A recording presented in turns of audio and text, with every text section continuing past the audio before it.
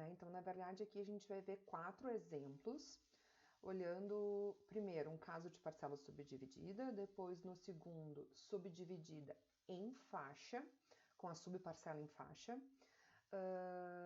depois, com a parcela em faixa, depois um experimento em parcela subdividida, ou seja, 2 subdivisões, e depois o terceiro caso, o quarto caso, com 2 subdivisões, sendo uma delas também em faixa, tá? Esse conteúdo aqui ele é mais pesadinho, é mais chatinho, tá? Então vocês vão ver que tem vários comentários no meio do meu script lá do R.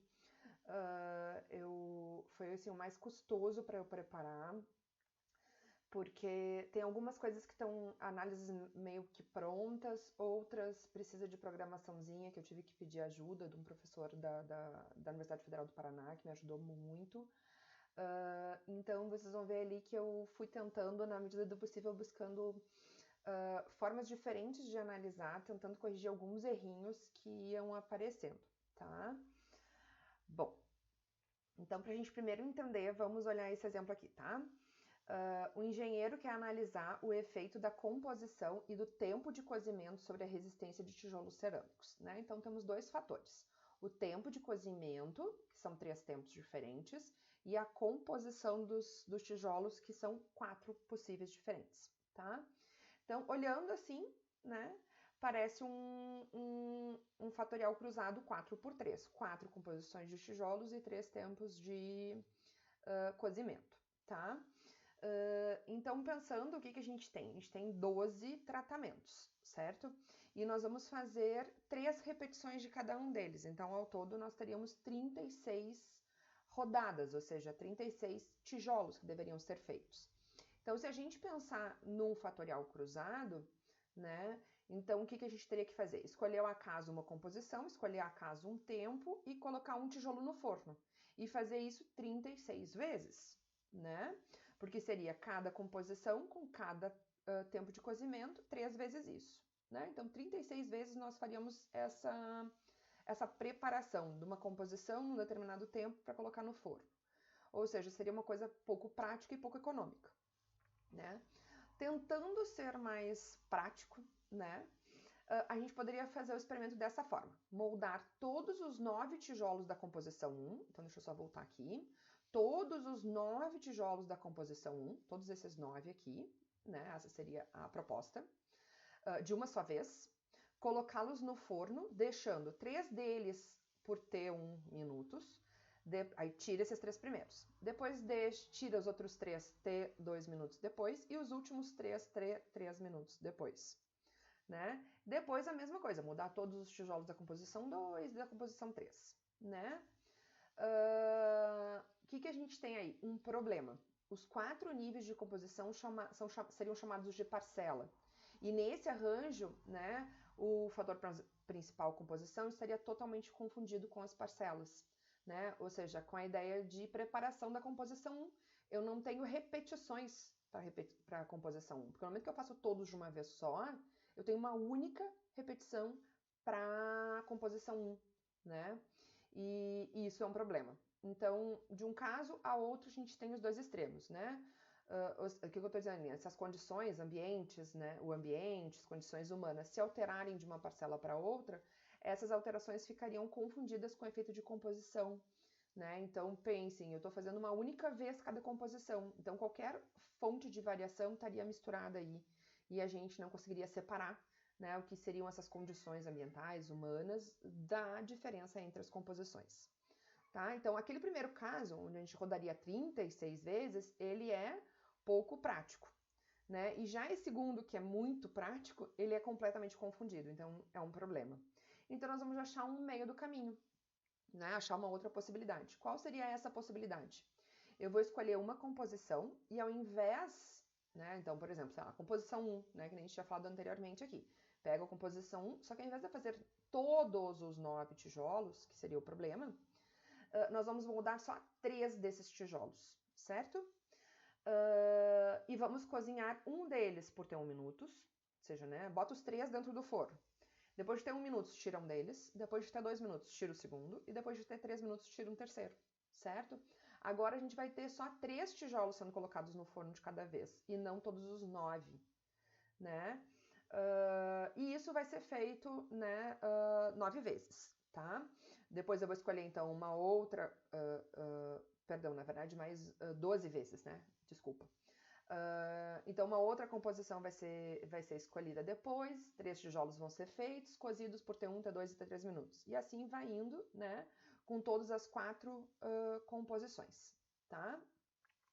Então, vejam, o que a gente está fazendo, o que eu estou dizendo aqui, é que a gente vai fazer isto aqui, ó, de cada vez. Essas 3 observações aqui de cada vez. Nós vamos lá fazer 3 tijolos da composição 1 e colocar os 3 de cada vez no forno. Depois nós vamos, né, de forma aleatória, né? Então, fazer outros 3 e assim por diante. Então, nós vamos rodar isso 12 vezes. Então, são 12 colocadas no forno de uma vez só, tá? Então, outra coisa importante, né? Cada uma dessas rodadas, dessas repetições, então, na verdade, o que a gente está fazendo é uma repetição de cada vez, né? Uma repetição onde eu pego uma composição nos 3 tempos, né? Cada uma dessas repetições poderiam ser rodadas em dias diferentes, né? E com frequência isso é bastante vantajoso, coletar os dados, né, de repetições em dias diferentes, porque às vezes a gente pode identificar que talvez menos repetições poderiam ser feitas, né? Então aqui a gente está fazendo 3 repetições. Então eu poderia rodar uma repetição desta, uma repetição desta, uma desta e uma desta. Depois a segunda, certo? E talvez fazer a análise dos meus dados e identificar que 2 repetições só seriam suficientes. E eu teria uma economia, porque daí essa terceira repetição aqui, de cada uma, né, das combinações de tempo e composição de tijolos, poderia ser desnecessária, né? Ou seja, eu já conseguiria os meus resultados, né, testar os meus resultados, encontrar as minhas significâncias, né? Tomar as minhas decisões, portanto, com 2 repetições apenas e não 3, tá? Então é isso que a gente está dizendo aqui. Então, às vezes, rodar em dias diferentes pode ser interessante, porque a gente pode decidir se mais repetições são ou não necessárias. No momento que eu rodei 2, eu vou lá e vejo, será que a terceira é necessária? Tá? Bom, então para mostrar para vocês, esse é o nosso esquema rodado da forma que a gente falou, né? Eu vou lá, por exemplo, então mostrando aqui o meu exemplo, né? Eu vou lá rodar a primeira repetição da composição 4 e vou colocar elas todas no forno. Então essa é a minha parcela principal, porque eu faço uma vez só todos esses 3 tijolos da composição 4 e vou deixar cada um deles um tempo diferente no forno. Então, cada um deles sendo retirado em um tempo diferente, seria a minha subparcela, certo? Então, o que a gente tem aqui é que as composições estão parcialmente confundidas com as parcelas principais, né? Por que parcialmente? Porque agora eu tenho não uma única repetição, então eu tenho 3. Porque na outra vez que a gente tinha sugerido, a gente faria todas as 9 de uma vez só, a gente teria um confundimento total. Agora a gente vai fazer só 3 de cada vez, uma das repetições. Então a gente tem um confundimento parcial, tá? Então a gente tem cada repetição numa parcela, que poderiam ser repetições de dias diferentes, né? Então daí seriam blocos, porque os dias seriam blocos, tá? Ou num delineamento completamente casualizado, se for de interesse, né? Então todos eles sendo feitos no mesmo dia, nas mesmas condições. E aí essa parcela principal vai ser subdividida, onde eu vou ter então na subparcela o tempo, tá? Então a parcela é a composição e a subparcela é o tempo de cozimento, tá? Então é isso que eu estou dizendo aqui, né? Então as composições são as parcelas principais e os tempos de cozimento as subparcelas, tá? É vantajoso a gente colocar na subparcela o efeito de maior interesse, pois não resulta em confundimento. Então, o que está na subparcela não tem confundimento, certo? E eu vou ter a gente já vai enxergar na hora da análise, a gente vai ter mais graus de liberdade para teste. Então, acaba que é um teste mais eficiente, o teste da subparcela, do que o teste da parcela principal. Então, nesse caso, eu vou ter mais eficiência ao testar o tempo de cozimento do que ao testar a composição, certo? Então, isso é importante na hora de decidir o que fica na parcela principal e o que fica na subparcela. A gente vai reforçar isso daqui a pouquinho também, tá? Então, vamos definir, né, para definição do que é a parcela subdividida. Na parcela subdividida, então, os níveis de um fator são alocados nas unidades principais, que são as parcelas, e os níveis do outro fator são alocados em subdivisões destas parcelas, ou seja, né, se constituem as nossas subparcelas. O efeito do primeiro fator é estimado com menor precisão, então o que está na parcela tem menor precisão, dado que para estimá-lo toma-se como toma a parcela principal como unidade experimental. E a gente pode alocar tanto em delineamento completamente casualizado, delineamento em blocos, delineamento quadrado latino e assim por diante, tá? Então, os delineamentos que a gente acabou vendo, né, podem ser utilizados para organização das parcelas principais, que são as nossas repetições. Tá? Então, só para a gente entender a ideia da menor precisão, né? Primeiro porque a gente tem um tamanho, né, muito maior, a parcela do que a subparcela. Então, a gente sabe, pelo que a gente viu lá na nossa primeira aula, né, das características dos experimentos, que um material experimental maior tem maior fonte de variabilidade, né, do que um material experimental menor. Então, eu espero menos precisão na parcela principal do que na subparcela, certo? Além disso, a gente vai ter menos repetições, né? Então, se vocês olharem, a composição 4 vai ter só 3 repetições, né? Então, para testar composição, eu tenho menos repetições do que para testar os tempos, né? Então, se a gente olhar, o tempo 3 vai ter muito mais repetições. Olhem quantas vezes aparece o tempo 3 sendo testado. Estão entendendo? Certo? A composição 4 tem só 3 repetições. Já o tempo 3 vai ter aqui 12 repetições, certo? Se eu olhar o efeito principal do tempo 3, certo? Que mais? Então, para chamar a atenção aqui do que a gente estava falando, para ajudar, né? Então, vocês vão ver que a gente vai repetir várias vezes, porque é um conteúdo mais denso, né? Então, eu tentei aqui trazer as coisas mais ou menos mastigadas, então, às vezes, elas vão aparecer mais vezes, que é para reforçar, tá?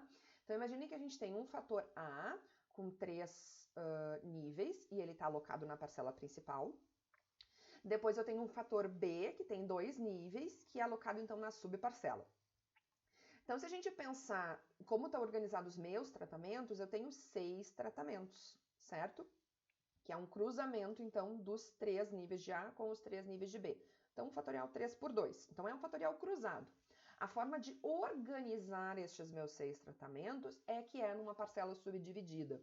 Então, vejam que não diz respeito a como os tratamentos se organizam em si, porque sim, há um cruzamento completo entre os tratamentos, mas sim como eles são alocados nas nossas unidades experimentais, tá?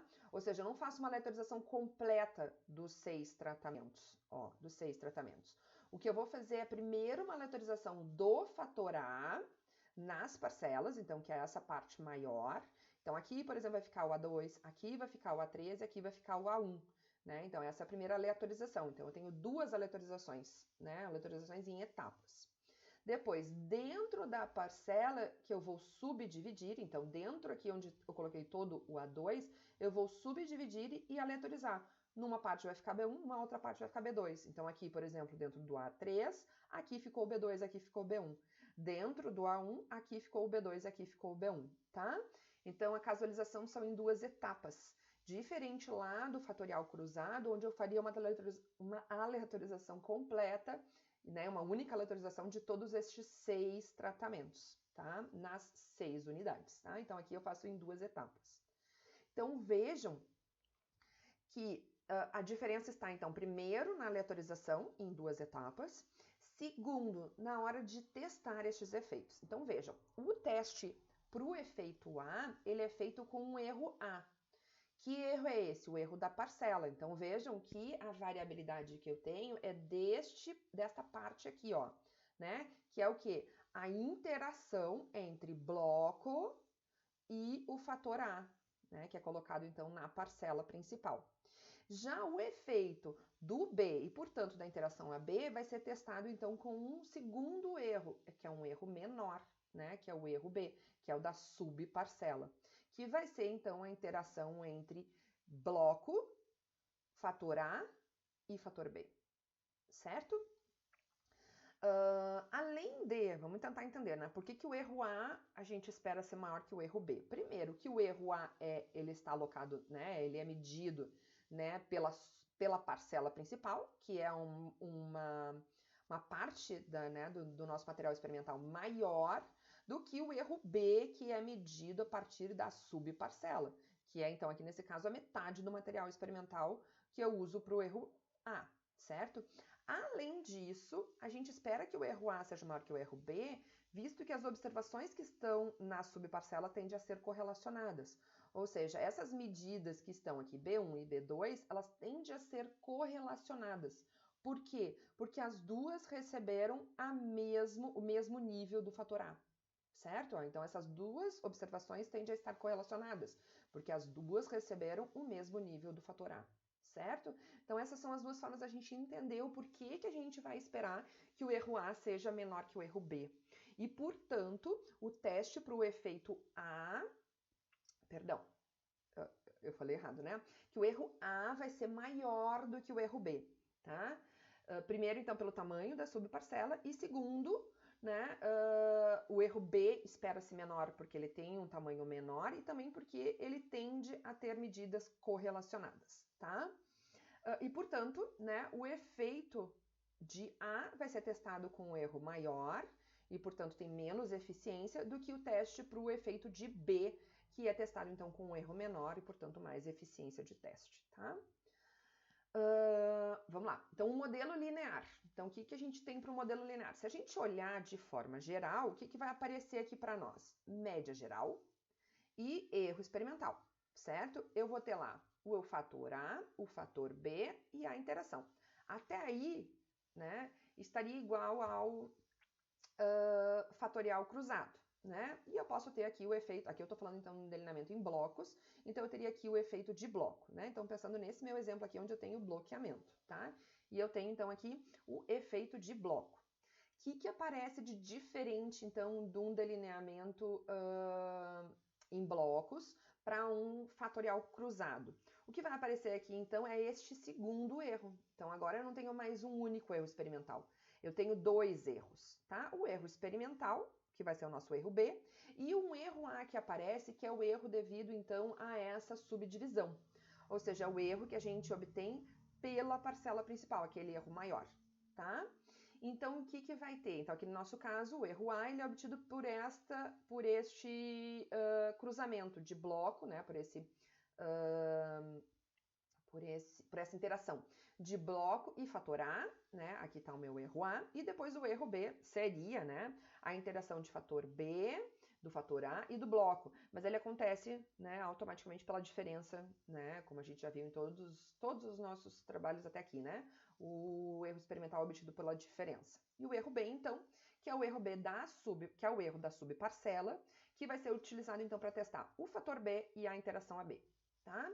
Então aqui acho que fica mais claro a gente entender, e isso vai aparecer também, né, aqui na tabela nova, tá? Então os testes que a gente vai fazer lá, a gente vai cuidar então para mostrar essas partes, né, da nossa análise, né? Então eu tenho lá blocos e fator A e o erro A, né, que é utilizado então para esses dois testes. Não vou falar do teste de blocos que a gente já viu lá no início, né, quando a gente viu o delineamento em blocos, que teste para blocos não tem sentido, né, prático. Então, o teste para A é feito com erro A, tá? Então, tá aqui, ó. Então, vocês vão ver que ele é o denominador para teste. Quadrado médio do erro A. E depois eu vou ter, né, referente, então, à subparcela, como se eu tivesse, então, uma subdivisão aqui na minha tabela da nova, o efeito A, né, o efeito principal para o meu fator A, e o efeito da interação AB. Esses dois testes vão ser feitos com o erro B, que é o erro experimental. Então, aqui os dois têm este denominador, tá? Outra coisa importante é a gente ver que tudo que diz respeito a testes, né, vai ser feito com este cuidado, né, de qual erro eu vou utilizar. E como eu tenho dois erros, eu vou ter, então, duas eficiências, né, duas formas de medir a eficiência do meu experimento. Então, né, a gente viu que uma forma de medir eficiência é através do coeficiente de variação. Então, aqui eu vou ter dois coeficientes de variação. O coeficiente de variação devido à parcela principal e o coeficiente de variação devido à subparcela. Na parcela principal é o quadrado médio do erro A, é utilizado para esse cálculo. E no coeficiente de variação devido à subparcela é o quadrado médio do erro B que vai ser utilizado, tá? Aqui, então, os cálculos, né, as fórmulas, tá? Então, para a soma de quadrados devido, né, a tudo que está dentro da subparcela, perdão, da parcela principal, então eu tenho lá os cálculos do erro A e os cálculos devido à soma de quadrados de blocos e do fator A. Depois, devido à subparcela, eu vou ter a soma de quadrado de B da interação total, né, a soma de quadrados total, e a soma de quadrados, na verdade a soma de quadrados total, né, a junção das duas partes, e a soma de quadrados, então, do erro B, que é o erro experimental, que é obtido sempre, ó, por diferença de todos os erros calculados anteriormente, de toda a soma de quadrados calculadas anteriormente. Bom, se existir efeito significativo, a gente parte, então, para a complementação, né? Se eu for fazer complementação por comparações múltiplas, né? Ou até mesmo, né? Qualquer uma das comparações. Aqui eu estou falando comparações múltiplas, acho que o adequado seria, então, aqui a gente pensar em complementações, né? Eu tenho um erro padrão associado, né? O erro padrão, então, aqui eu estou falando do erro padrão, então, de um tratamento, né? Que é o S de Y barra. Vai ser diferente dependendo de qual efeito é significativo. Gente, aí é muito importante a gente tomar cuidado, tá? Que é aí que eu falei para vocês que o meu script lá ficou bem gordinho, cheio de vais e voltas, né? Que eu vou tentar chamar a atenção e tomar esse cuidado, tá? Se existir, então, né? Se o efeito, pensando, né? O efeito, somente o efeito principal, a interação, quando a interação não for significativa, tá? Se a interação for significativa, nós vamos olhar essa parte de baixo aqui. Se só efeitos principais forem significativos, então se o efeito de A for significativo, eu estaria comparando as médias de A. E esse vai ser o meu erro padrão utilizado, e o grau de liberdade é o grau de liberdade do erro A. Se as médias de B, né, se o efeito principal de B for significativo, e eu vou estar comparando então as médias de B, né, esse vai ser o meu erro padrão utilizado, né, que utiliza então o erro B, e o grau de liberdade é o grau de liberdade do erro B, tá? Já se a interação for significativa, se eu estiver comparando médias de B dentro do mesmo nível de A, então veja, ó, dentro do mesmo nível de A eu estou comparando as médias de B, ainda estamos numa análise relativamente simples, porque o grau de liberdade é o grau de liberdade do erro B, e o erro padrão, né, também é obtido de forma simples. Já se a gente estiver comparando médias de A dentro de B, tá?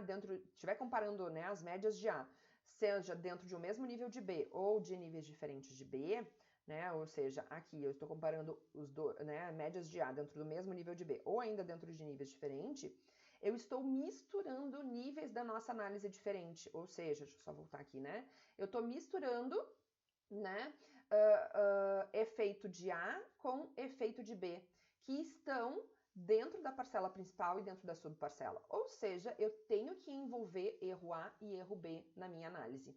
Então, o que a gente vai precisar fazer é uma composição de erro A e erro B, assim como dos graus de liberdade, considerando, né, os graus de liberdade tanto do erro A quanto do erro B. Ou seja, o que a gente precisa fazer aqui é uma ponderação tanto do erro padrão quanto dos graus de liberdade. Essa ponderação aqui dos graus de liberdade é chamada de ponderação, né, de graus de liberdade por Sartat weight, tá? Então, isso vai aparecer lá nos slides também, tá? Essas formulazinhas aqui. Bom, então a gente comentou ali o nosso exemplo, essa análise aqui, é se eu estivesse então no delineamento em blocos casualizados. Mas eu poderia fazer essa análise, por exemplo, num delineamento completamente casualizado, não vai ter o efeito de blocos aqui, né? Ou num delineamento, por exemplo, em quadrado latino, e aí eu tenho dois efeitos de blocos, né? Os blocos em linhas e os blocos em colunas, né? As nossas duas causas de variação controladas, tá? Bom, vantagens e desvantagens da análise de parcela subdividida, tá?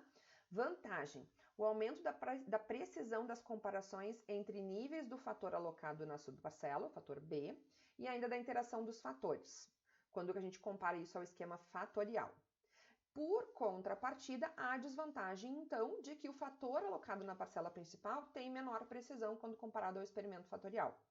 Tá? Então, comparando ao experimento fatorial, eu tenho ganho ao testar, né, o fator B e a interação, mas eu tenho perda ao testar o fator A, tá? Além de uma maior complexidade na análise dos dados. Isso sem falar se ocorrer perdas de observação, tá, gente? Vocês vão ver aqui que já existe complexidade na análise, e se tiver perda de informações, mais complexa ainda vai ficar a nossa análise, tá?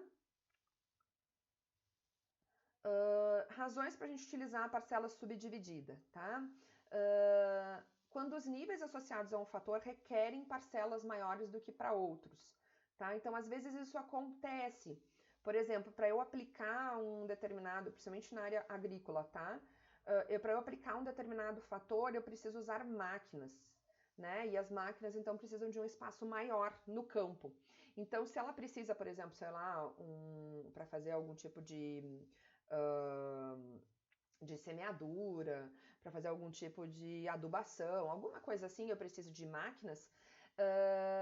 Na parcela maior, né, que vão ser as minhas parcelas principais, deve ficar então este fator que precisa da parcela maior.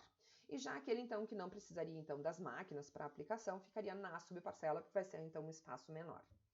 Às vezes essa escolha é porque eu preciso de uma precisão maior para determinado fator.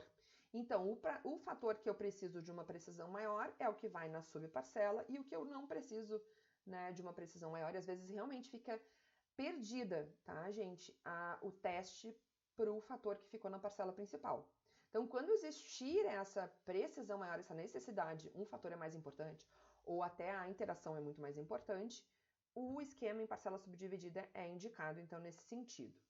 Né? Então, aqui, né, uma complementação, quando o fator é mais importante, ele precisa, portanto, de mais precisão para teste, e esse fator, então, mais importante vai na subparcela, tá? Bom, vamos ao nosso exemplo. Vou dar um pause.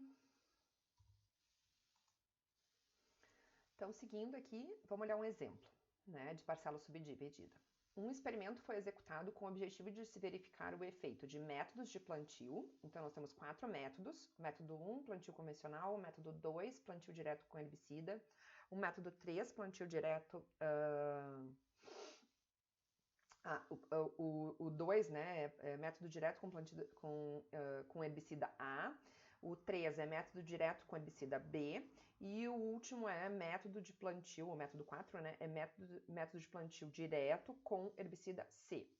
E temos o espaçamento entre linhas em centímetros, né? O primeiro espaçamento de 17, o segundo de 34, o terceiro de 51 e o quarto de 68 centímetros, sobre o rendimento de soja. Então, a nossa variável resposta é rendimento. Então, é rendimento, 4 métodos de plantio e 4 espaçamentos. O delineamento utilizado foi em parcela subdividida, em que o método de plantio constitui as parcelas principais, que foram arranjadas em blocos, com 4 repetições, e os espaçamentos entre linhas as subparcelas. Então, vejam, aqui é um exemplo em que o método de plantio, né, pensando que o plantio vai ser feito com máquina, precisaria, então, de uma parcela maior, né? Então, a gente já deve saber, primeiro, foi escolhido por esse motivo, né? E segundo, que método de plantio vai ter bem menos precisão para teste, né? E a gente vai enxergar isso depois na análise.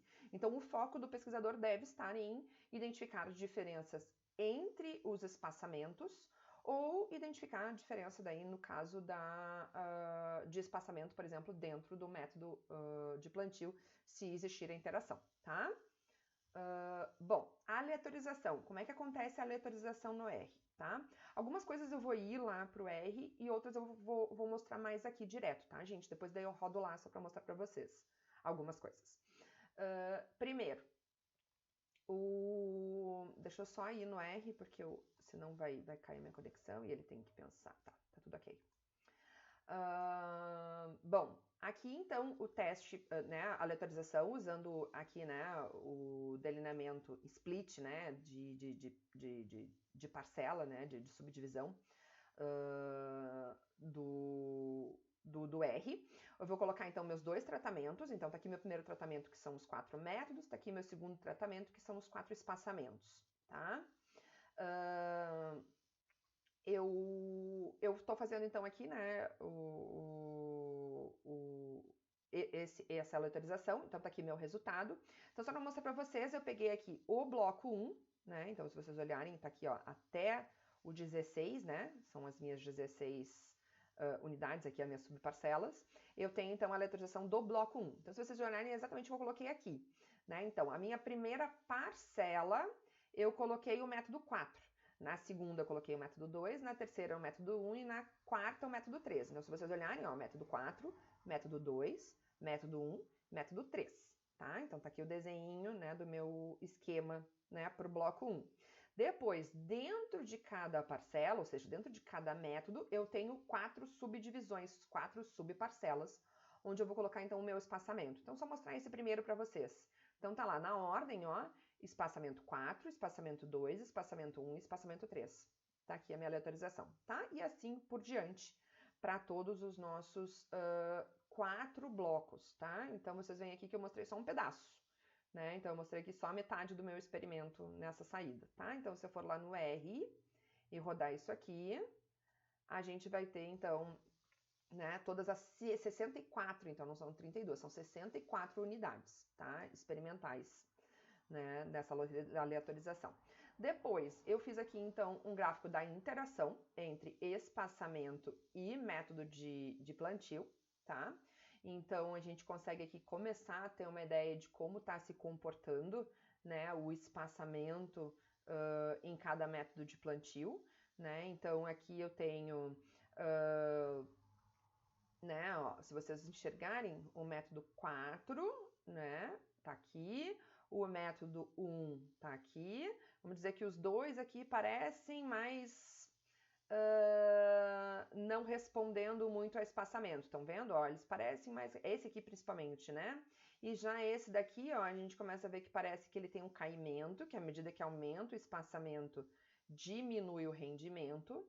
E já o método, aqui é o método 3, né? Parece que aumenta, mas depois decai, né? Então, parece aqui que para o método 3, alguma coisa aqui no meio do caminho, né? Perto de 34 seria o adequado, tá? Então, isso a gente vai estudar depois quando a gente vê a questão do grau do polinômio, né? Já que espaçamento, então, é o nosso fator quantitativo, tá?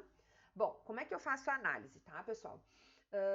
Algumas formas de fazer essa análise eu trouxe para vocês, tá? Primeiro, usando a função AOV, eu preciso, então, definir, lembrando, né, que agora o nosso modelo tem 2 erros. O erro B, que é o erro experimental, ele acontece normalmente, eu não preciso dizer ele, né, não preciso elencar ele aqui no meu modelo, tá? Entre os meus efeitos. Mas já o erro A, e o erro A, se a gente voltar lá, ó, o erro A é o erro da parcela principal. Esse erro A eu preciso notar. E a parcela, então, como é que se cria a parcela? A parcela é a interação entre bloco e método. Então, se vocês olharem, tá aqui, ó, o primeiro erro é bloco-método, tá? Então, foi isso que eu coloquei aqui, ó, o erro A é a interação entre bloco e método, tá? Então, a gente precisa definir, né, essa parcela, né, que é o nosso erro, e colocar essa instrução error, né? Porque daí vai fazer o quê? Vai dividir a nossa análise em 2 partes, tá? A parte da parcela, onde o meu erro é bloco versus método, e a minha parte da análise devido à subparcela, onde o meu erro aqui, que ele chama é o erro dentro, né, que é o dentro de tratamentos, né, que é o erro experimental, que a gente já estava acostumado lá desde a primeira aula, tá? Então, isso é importante a gente avaliar, né? Então, o primeiro erro aqui, eu tenho só 9 graus de liberdade para teste. Já o erro B, que é o erro da subparcela, eu tenho 36 graus de liberdade para teste. Então, aquilo que a gente estava falando, tá? Então, é um erro... E outra coisa que a gente pode olhar aqui, né? É o quadrado médio do erro, tá? O erro B, ele é maior, bem maior, né? Ó, 42.000, né? Do que o erro... perdão, o erro A é muito maior do que o erro B, 42.000 comparado a 15, 16.000, tá? Então, eu tenho mais eficiência, seja então por ter mais graus de liberdade e menor tamanho do erro, para os testes da subparcela, ou seja, para o efeito B, que é de espaçamento, e para a interação AB, né, que é método de espaçamento, tá, gente? Mesmo assim, apareceu até a significância para método, tá? Mas antes de eu olhar a significância para método, ou até para espaçamento, lembrando que a gente sempre deve olhar primeiro a interação. Se a interação é significativa, os efeitos principais aqui não nos interessaria, né? Já que existe a dependência de um efeito do outro. Né? Então, essa é a nossa interpretação. Né? Então, esse p-valor 0,0046, altamente significativo, a interação método-espaçamento, indicando então que o efeito de um fator está na dependência do outro. Dada a presença da interação, a gente deveria então estudar espaçamento dentro de método e método dentro de espaçamento, tá, pessoal?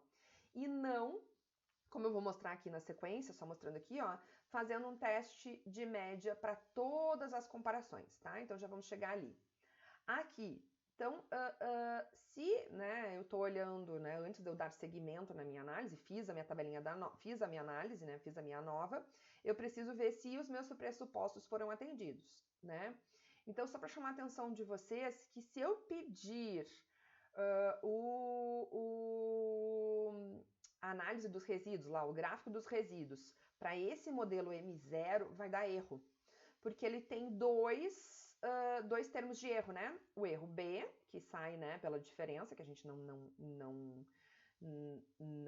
diz aqui, né? Não explicita no modelo porque ele é obtido por diferença, e o erro A. Tá? Então ele não vai conseguir fazer porque ele não vai saber que erro ele tem que utilizar, que resíduo ele tem que utilizar então desse modelo. Então o que eu tenho que fazer é criar um outro modelo, que eu chamei aqui de M1. Então vejam que a instrução é bem parecida com o que eu tinha lá, só que com a diferença agora que o meu erro AA, que está aqui, perdão, né? É aqui, né? Bloco método, é essa interação aqui, tá? Ela não aparece mais como erro, né? Mas ela está sendo incluída na minha análise, tá? Então eu vou lá no R só para mostrar para vocês que o modelo vai aparecer igualzinho, né? Todas as minhas fontes, ou seja, vai ter bloco, vai ter método, vai ter espaçamento, vai ter método e interação método e espaçamento, e vai ter também o erro bloco método, só que não vai estar dito como erro, ou seja, ele vai ser um efeito fixo do meu modelo, tá? Então vamos lá colocar isso, só para vocês entenderem que este deve ser o modelo para eu fazer o quadro dos resíduos, tá? Então a primeira coisa aqui é rodar os meus dados. Então aqui está o gráfico da interação, que eu já tinha mostrado para vocês, né?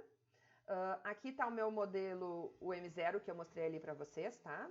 Então aqui eu tenho ele mais compridinho, que foi o que eu mostrei lá, né? Então eu tenho bloco, método e o erro A, que é a parte da parcela. Então essa aqui é a parte da parcela, onde eu tenho o meu erro A. E depois eu tenho depois eu tenho a parte da subparcela, onde eu vou ter espaçamento e interação. E o erro B, que vai ser obtido por diferença, tá? Então, a gente pediu o summary aqui, então aqui as nossas duas partes da análise, que foi o que eu tinha mostrado lá para vocês. Aqui, desta forma aqui, eu vou chegar na mesma análise, gente, igualzinha. A diferença é que eu estou mostrando só de um jeito diferente de pedir. Então, eu tenho bloco, aí eu vou lá e coloquei o meu modelo, a forma de pedir, né, a interação aqui, né, que é método, que é pedir, na verdade, um modelo completo, método, né, o multiplicadorzinho de espaçamento. Desta forma, eu vou estar né, pedindo método, espaçamento e interação, método, espaçamento. Tudo isso vai mostrar. E eu pedi o erro. No momento que eu botei essa informação de erro, eu não preciso botar em ordem. Ele sabe que esse termo de erro aqui é da parte de parcela e coloca lá bloco e método para teste. E depois ele deixa espaçamento e interação para o teste com o erro experimental, tá? Então, só para mostrar para vocês que são as duas opções, ok? Bom, e para os pressupostos que eu tinha comentado, a gente tem que fazer, então, o modelo sem o erro. Então, vejam que vai aparecer todos os meus termos. Bloco, método, espaçamento, interação, método, espaçamento.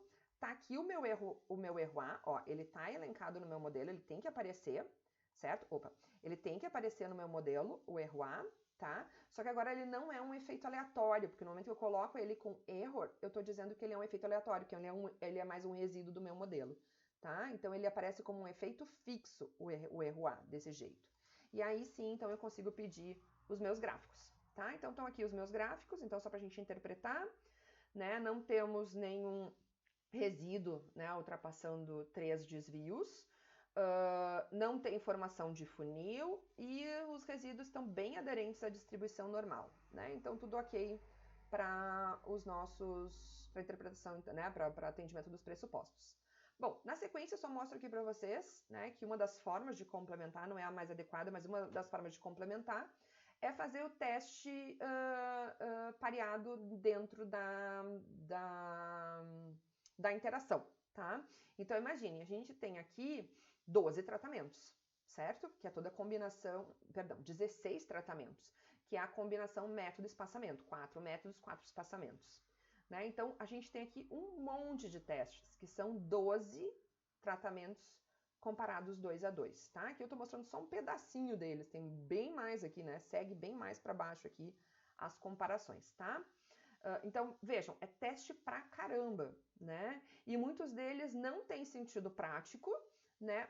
Por exemplo, aqui eu estou fazendo uma misturança, né? Métodos diferentes com espaçamentos diferentes, não teria muito sentido prático. E alguns não são adequados, porque aqui eu estou comparando dentro do mesmo método espaçamento. Só que espaçamento é um fator quantitativo. Então, o adequado seria fazer regressão. Né? Então, o adequado, de fato, é a gente fazer um fatiamento da soma de quadrados, igual a gente viu lá nos experimentos de fatoriais cruzados, quando a gente tinha interação significativa, a gente fazia o fatiamento. E se eu, né, quando eu estiver fazendo o método dentro de espaçamento, eu estou olhando o método efeito fator qualitativo. Então, eu usaria Tukey. Né? Um teste de comparação múltipla, não necessariamente Tukey, aqui eu vou estar usando Tukey, tá?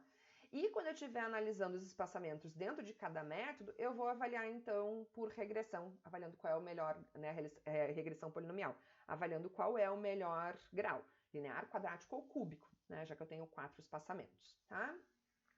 Então, essa é a nossa sequência de análise, gente. E aí, agora eu vou pro R para chamar a atenção de vocês, de toda a trabalheira, né, e coisinhas que eu fui me deparando ao preparar essa aula para vocês, tá?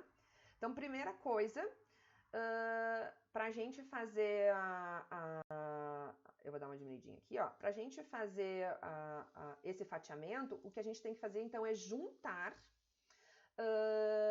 método, né? O método e a interação método-espaçamento, né? E depois, aqui no caso eu estou fazendo espaçamento dentro de método. Então, eu estou juntando espaçamento e a interação espaçamento-método, tá? Então, o que a gente precisa fazer é esse ajustamento com o aninhamento. Né? Então, eu estou olhando aqui o espaçamento dentro do método, tá? E aí, se eu fizer isso, vocês vão enxergar, ó. Deixa eu só voltar na análise anterior. Aqui, ó. Eu tenho espaçamento e a interação método-espaçamento. O que eu vou fazer agora é juntar estas duas fontes, certo? Que tá aqui, ó. Ó, estão aqui os meus 12 graus de liberdade. Eu juntei tudo que estava lá na subparcela, tá? Para quê? Porque eu vou usar agora esses 12 graus de liberdade para dividir em 4 partes. Ou seja, eu vou olhar dentro do método 1, se existe diferença entre os espaçamentos, dentro do método 2, dentro do método 3 e dentro do método 4. E se existir a diferença, eu vou para a próxima etapa, que é identificar, então, o polinômio, tá? Então, a primeira coisa aqui, a gente já tinha feito, gente, isso aqui não é novidade, tá? Lembram que a gente tinha feito esse fatiamento aqui? Eu tinha comentado aqui, ó, que o by, que aparece aqui, são os níveis de método, e o 3, que aparece aqui, são os graus de liberdade de espaçamento, porque eu estou olhando espaçamento dentro de cada um dos 4 métodos, tá? Então, é isso que a gente faz, e aqui eu vou fazer o teste. Então, eu estou dividindo aqui nessa linha que eu vou mostrar agora, dividir esses 12 graus de liberdade em 4 testes de 3 graus de liberdade, que são os testes de espaçamento dentro de cada método. Então, o que a gente tem aqui é que no método do 1, não temos diferença entre os espaçamentos. No método 4, mesma coisa, não temos diferença entre os espaçamentos, usando 5% de significância, tá? Alfa de 5%. Já no método 2 e no método 3, a gente tem, então, resposta ao espaçamento, tá? Se a gente retornar lá, é mais ou menos o que eu tinha visto neste gráfico aqui, gente, ó. O método 1 claramente não responde a espaçamento. Se a gente for olhar aqui, é quase uma linha reta, tá? Ó, né? Bem paralelo ao eixo aqui dos espaçamentos, tá? O outro é o método 4, que eu falei para vocês, ó, que até tem uma certa queda, que é aquele nosso 9% lá, certo? Mas não chegou a dar significativo. Talvez a gente poderia desdobrar aquilo lá, né, e identificar o fatiamento, tá? Depois a gente pode identificar qual seria esse polinômio aqui também. Mas as duas significâncias que a gente tem lá diz respeito, então, ao método 2, que é este aqui, significativo, e ao método 3, que este aqui também deu significativo, tá? Então, deixa eu voltar ali. Ó, então aqui as minhas duas significâncias, esta e esta, tá? Dentro do método 2 e dentro do método 3. E aqui, então, é o teste para identificar qual é esse polinômio. Ó, então vejam, para o método 1, né, a gente não vai analisar porque não tinha dado significativo. Para o método 4 também não tinha dado significativo, lembram? Era aquele 9, esse 9% aqui, ó. Mas se a gente der uma colherzinha de chá lá, talvez a gente, então, né, e seguisse, né, que é aquela ideia, né? Tem 3 graus de liberdade aqui, né? Eu enxergaria aqui um efeito linear, que até faz algum sentido olhando o gráfico, né? Ó, é essa quedinha aqui, ó, tá? Então, um efeito linear para o método 4, tá? Não tá aqui no meu script esse ajuste, tá? Mas poderia ser uma possibilidade, ok, gente? E por fim, então, né, os dois testes então, de interesse que são no método 2, nós temos aqui então um polinômio linear a ser ajustado, e no método 3, um polinômio quadrático a ser ajustado, tá? Deixa eu só voltar e chamar a atenção de vocês. Lembram que eu tinha mostrado isso aqui, que era um complicador da nossa análise, falei do aproximação dos graus de liberdade por Sartat-Waite? Como aqui eu estou comparando espaçamento dentro de método, o que eu estou fazendo é isso aqui, ó, né? Espaçamento dentro de método, tá? Eu não preciso fazer essa combinação de graus de liberdade e nem essa composição aqui de variância combinada, tá? Então, se vocês olharem lá, o grau de liberdade é 36, que é o grau de liberdade do erro B, tá? Tudo certinho. Já ao fazer o desdobramento de método dentro de espaçamento, então, antes de eu seguir, tá, gente? Só para chamar atenção.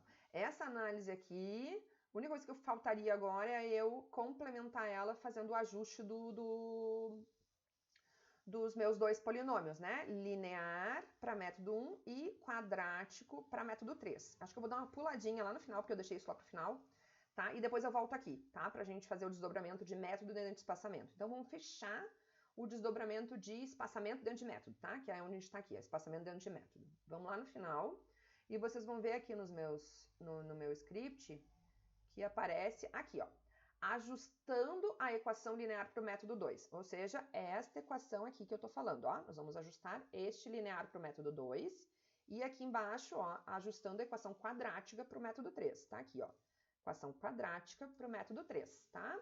Então, aqui o que eu faço?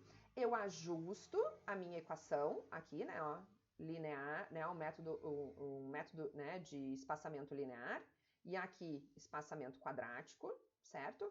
Então, aqui para o método 2, eu seleciono aqui, né, ó, os meus dados só para o método 2, que são os dados da linha 17 à linha 32, e aqui só para o método 3, que são os dados da linha 33 à linha 48, ok? O que mais? Depois de ajustado o meu modelo, eu pego os meus coeficientes, então, para quê? Para eu fazer a otimização do meu modelo, né? Aqui no meu caso é linear, então a gente sabe que, sendo linear, né, se fosse crescente seria o maior valor, já que eu quero aumentar, né?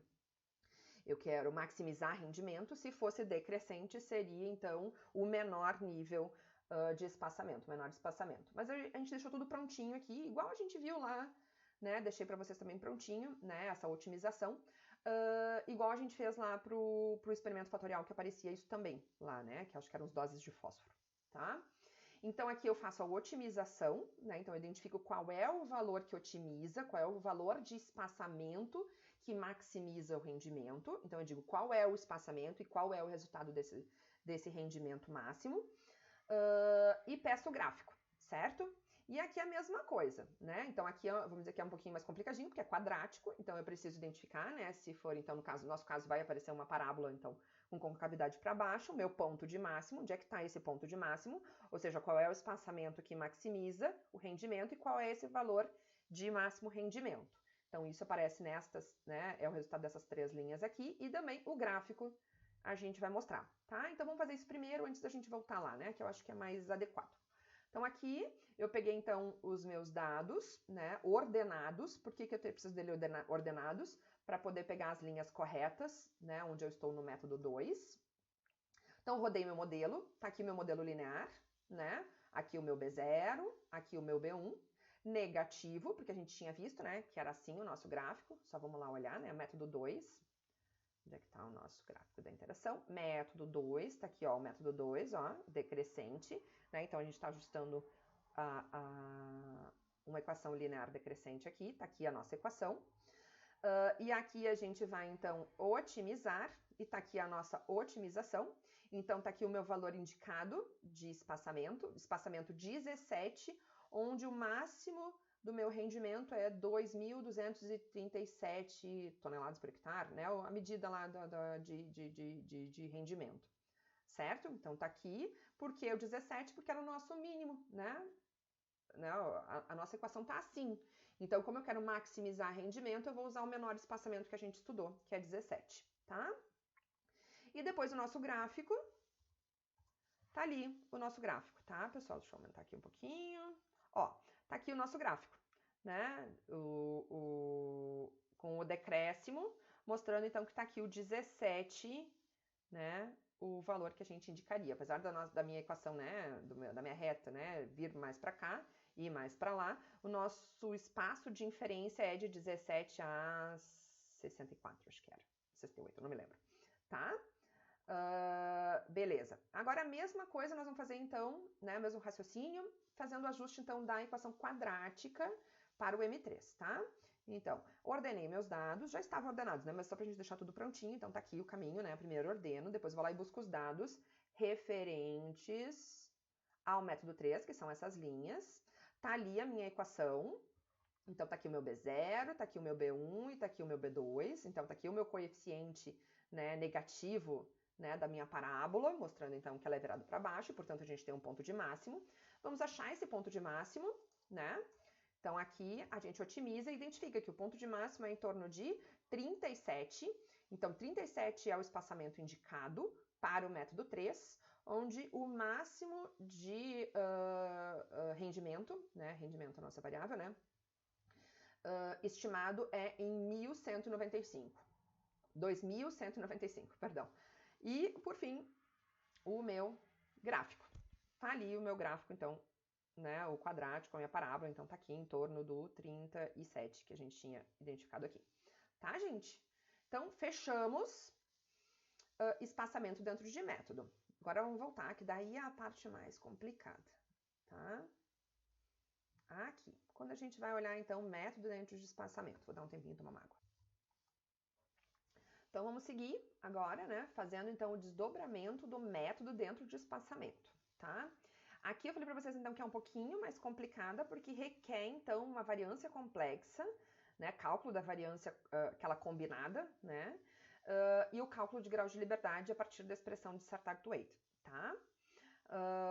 Então, para a gente fazer isso, ó, isso aqui já é agradecimento, né, coraçõezinhos pro Valms, tá? Então, vocês vão ver aqui que tem bastante coisas aqui que eu utilizei do material dele, algumas coisas extras onde realmente tranquei, e aí entrei em contato com ele, ele me deu uma mão, tá? Então, para mostrar para vocês.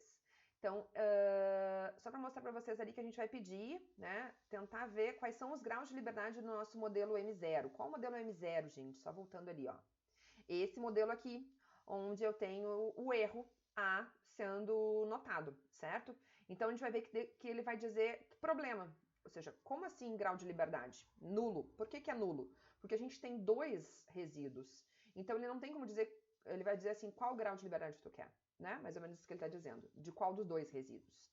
Né? E a mesma coisa, o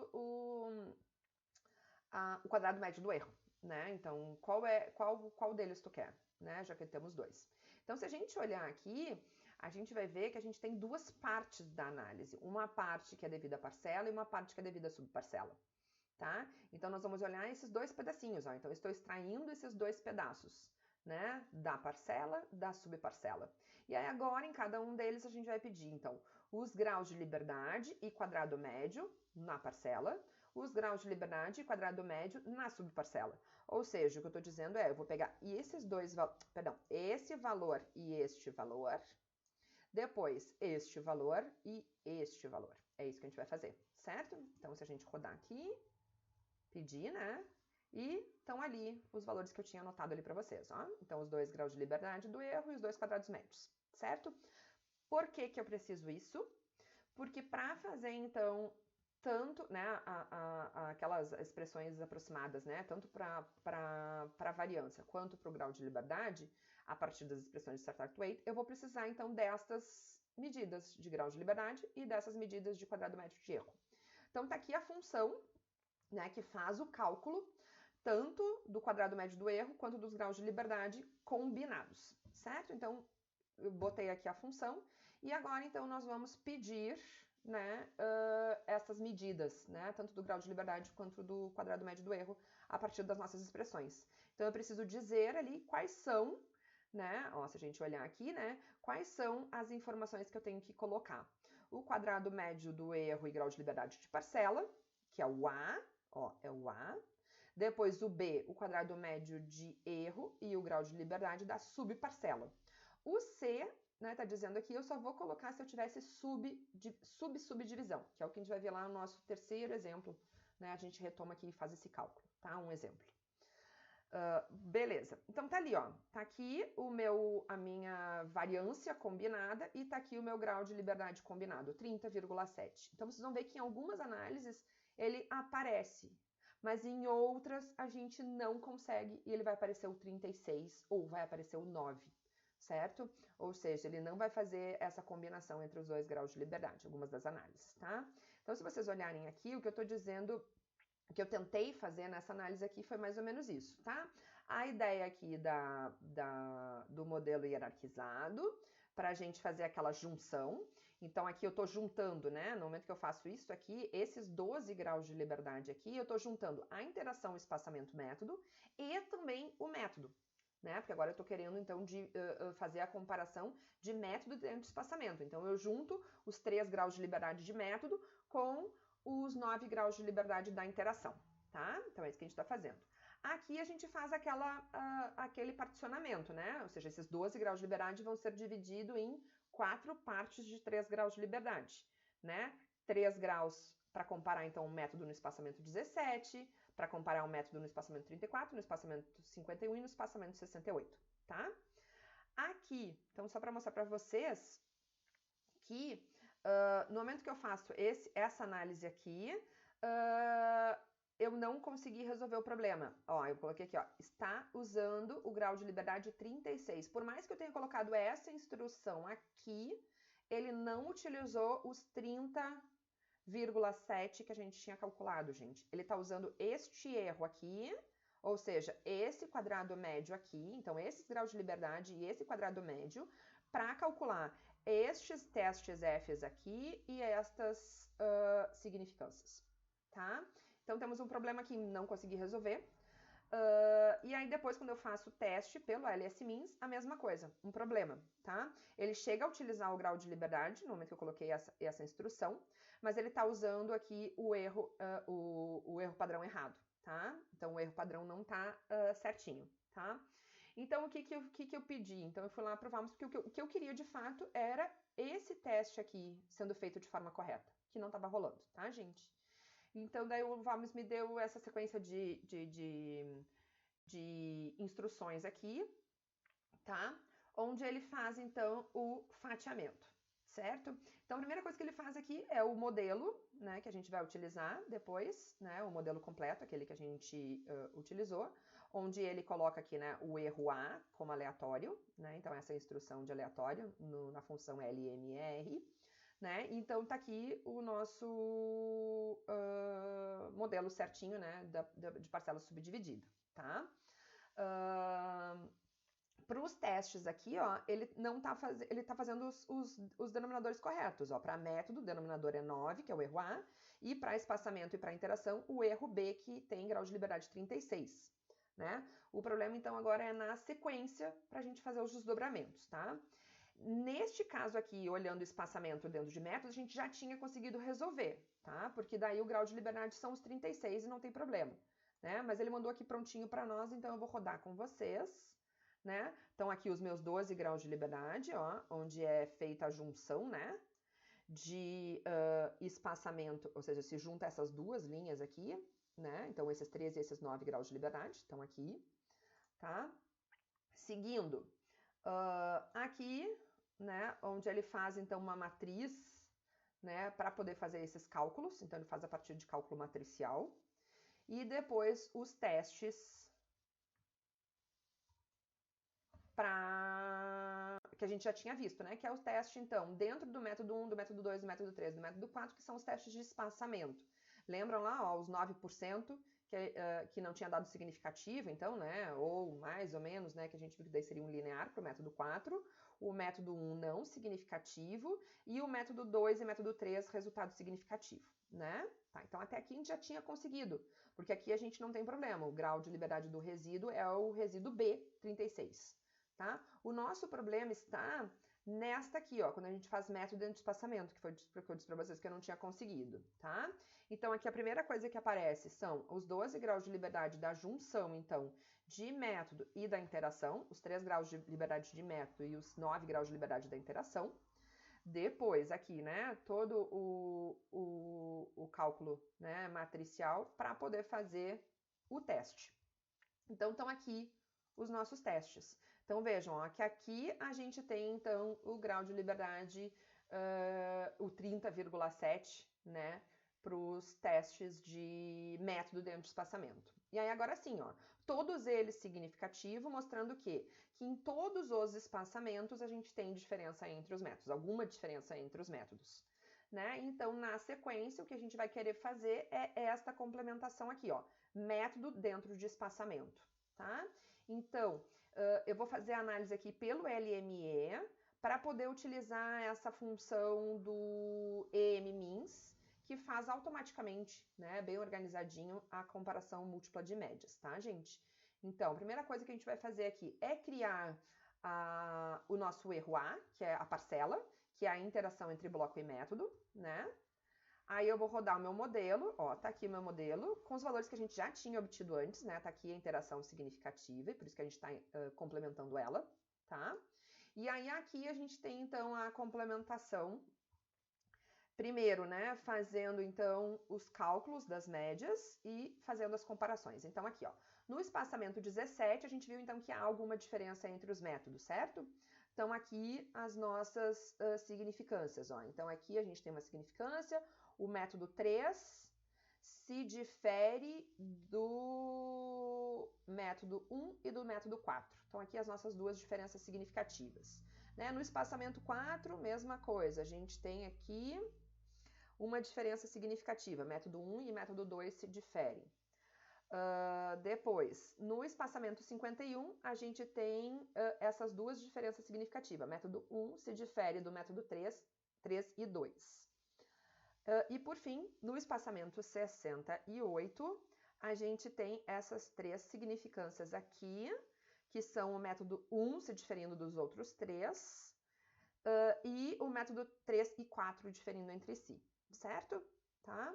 Então, vejam, agora tá certinho. Temos o 30,7, que é a variância combinada, e esse aqui é o erro padrão certinho, e não, acho que era 88 que estava lá atrás, deixa eu ver se eu volto, que eu tinha mostrado para vocês, aqui, ó, que era, que estava errado, né, o cálculo com o erro padrão, tá?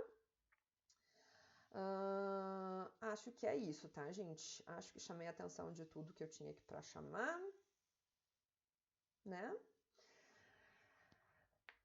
E aí, a gente tem, então, tudo isso resumido aqui na sequência, tá? Então, tá aqui o resultado com LME e aqui estão as minhas interpretações, tá? Então, primeiro, eu tô fazendo, então, método dentro de espaçamento. Então, aqui as comparações entre os métodos, no espaçamento 17, no 34, no 51 e no 68, aquelas significâncias que eu assinalei para vocês. Aqui as interpretações. Depois, quando eu faço, então, a avaliação, então, do polinômio, né, porque eu estou olhando o espaçamento dentro de método, a gente viu, então, primeiro, né, que somente no método 2 e 3 que a gente tinha significância, no método 4 tinha dado aquele 9%, que poderíamos ou não dar uma colher de chá para aqueles 9, e aí a gente enxergaria aqui, né, esse ajuste linear, que eu não coloquei nos slides, mas é possível vocês ajustarem, né, e complementar essa análise. E a gente finalizou com esses dois ajustes. O ajuste linear para M2 e o ajuste quadrático para M3, que vão aparecer aqui na sequência, tá, gente? Aqui eu só vou chamar a atenção para vocês da análise por aquele pacote. Então, vocês têm aqui na sequência a análise pelo pacote ESP10.pt, né? Com a função, então, a função é essa aqui, ó, P sub 2 dBc. Ou seja, uma parcela subdividida, né? Duas, né? Então, 2, que é 2 fatores, e dBc, porque é o delineamento em blocos casualizados. Então, a gente coloca fator A, fator B, blocos e variável resposta. E na sequência, as informações. Os dois fatores são qualitativos? O primeiro sim é qualitativo, que é método. O segundo não, falso. Não é qualitativo porque é o espaçamento. Depois, se eu for fazer então comparação múltipla, no caso de comparar então os métodos, eu quero Tukey, né? Podia botar outra informação. E aqui os nomes dos meus fatores, né? Método e espaçamento. E aqui os gráficos de resíduos. Então, se eu rodar isso aqui, e os gráficos de resíduos, vocês vão ver então aqui os gráficos de resíduos. Ah, aqui, gente, deu erro, não consegui resolver. Agora eu lembrei, esse aqui eu não consegui resolver o porquê deste erro. Se alguém conseguir identificar o que faltou, tá? Me avisem. Por quê? Porque tem um outro lá embaixo, que é a parcela subdividida em faixas, que esse plot de resíduos funcionou. E esse não funcionou. Agradeço imensamente se alguém me indicar o que eu tô fazendo errado aqui, né, que ele não está conseguindo rodar o histograma, pelo que eu estou entendendo, tá? Se eu tenho que botar alguma instrução, se alguma das minhas variáveis que não foi definida como fator, não sei, tá? Então, aceito dicas, por favor.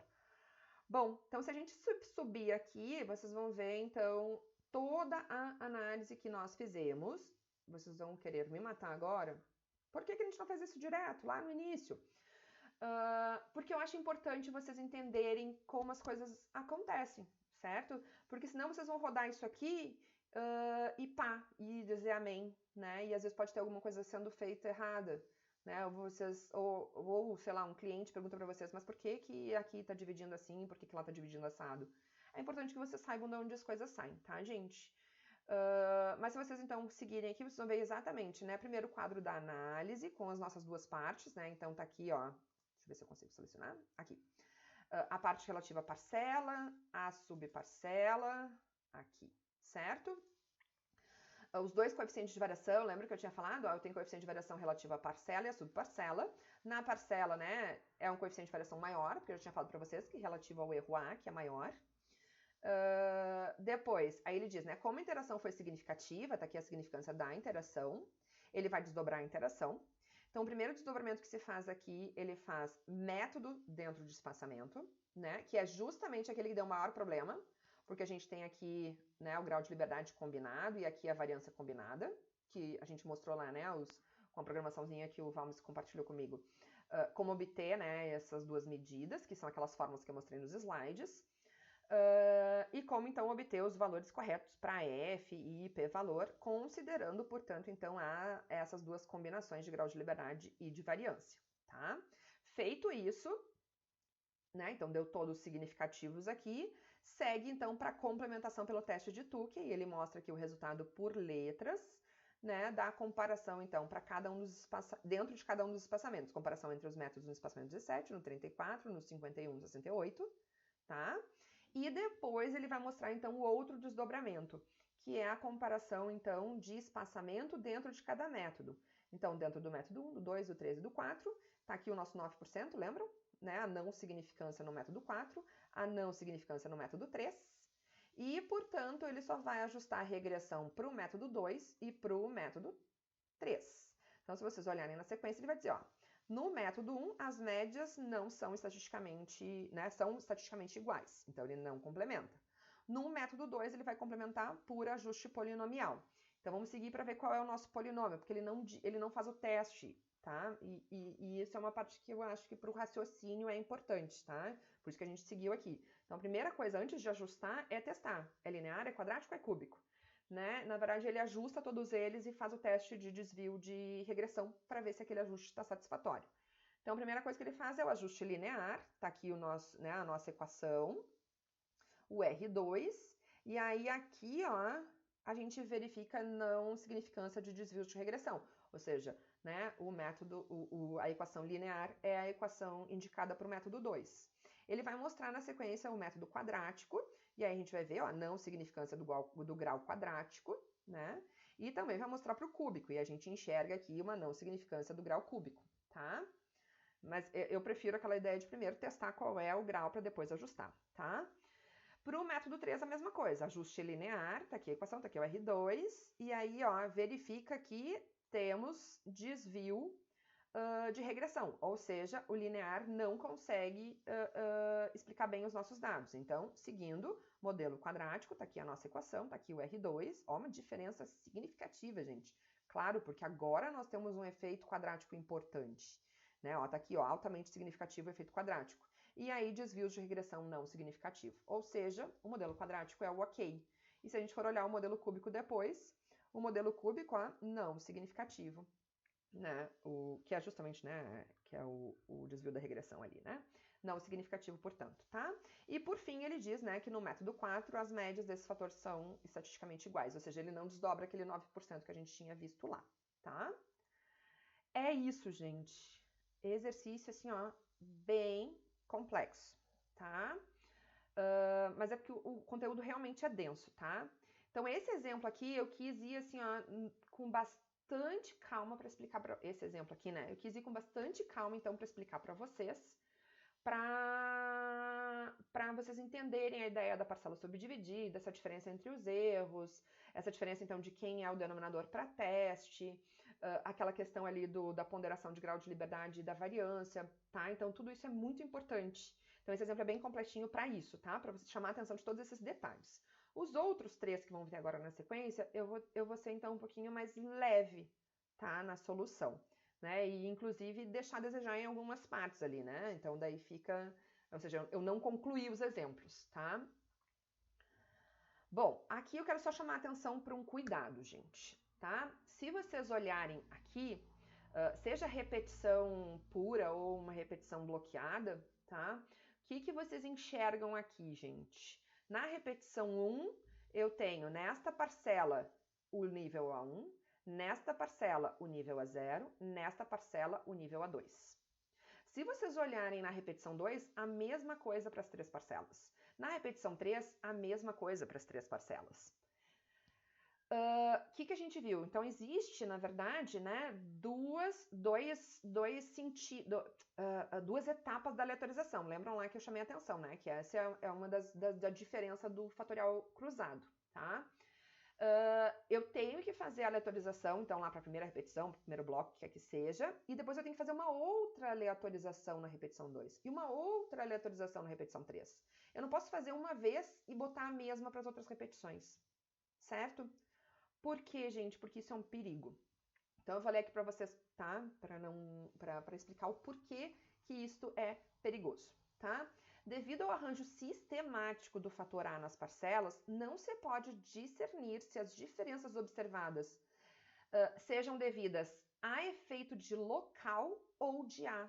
Ou seja, se eu identificar uma diferença no fator A, entre os 3 níveis do fator A, eu não vou saber se a diferença realmente é devido ao A, ou seja, há alguma diferença entre os 3 fatores, ou uma diferença de posição, porque esse fator sempre ficou desse lado. Então, imaginem, sei lá, se isso for no campo experimental, aqui pega mais sol e aqui pega menos sol.